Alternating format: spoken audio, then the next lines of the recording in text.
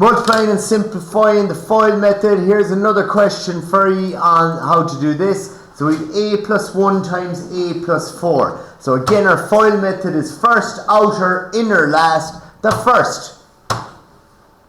first in each bracket. A by a is a squared.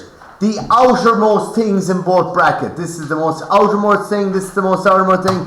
The outer, as it's called, a by 4 or 4 by a is 4a.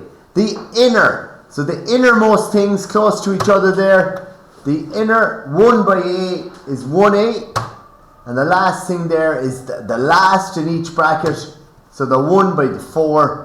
Again, look out for the smiley face there, but 1 by 4 is 4. We've got our smiley face. And now to tidy up, no more a squareds, that'll be in our answer. 4a plus a, 4 apples and 1 apple is 5 apples, and we still have the plus 4, and there's our answer for that question.